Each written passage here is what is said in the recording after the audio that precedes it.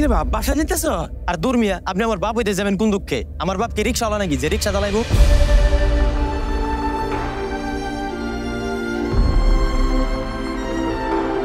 আসলে তার কোনো সন্তান নেই, তাই ছোটবেলা থেকেই আমাকে তার সন্তান হিসেবেই দেখতেন। নিজের সন্তান ছাড়া অন্য কারো সন্তান হিসেবে ভাবতেনও না। কি বলিস? হ্যাঁ, এইটাই সত্যি।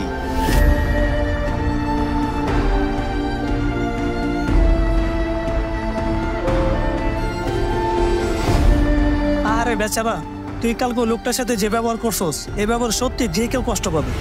আব্বা, তোমার কি খুব বেশি খারাপ লাগছে?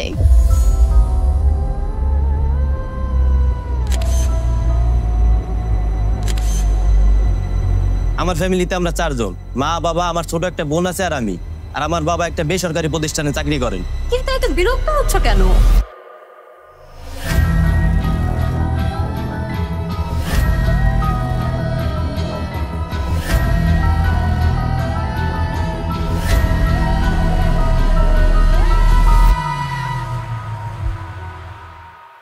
তোর অহংকারের জন্যই তোর এই অবস্থা।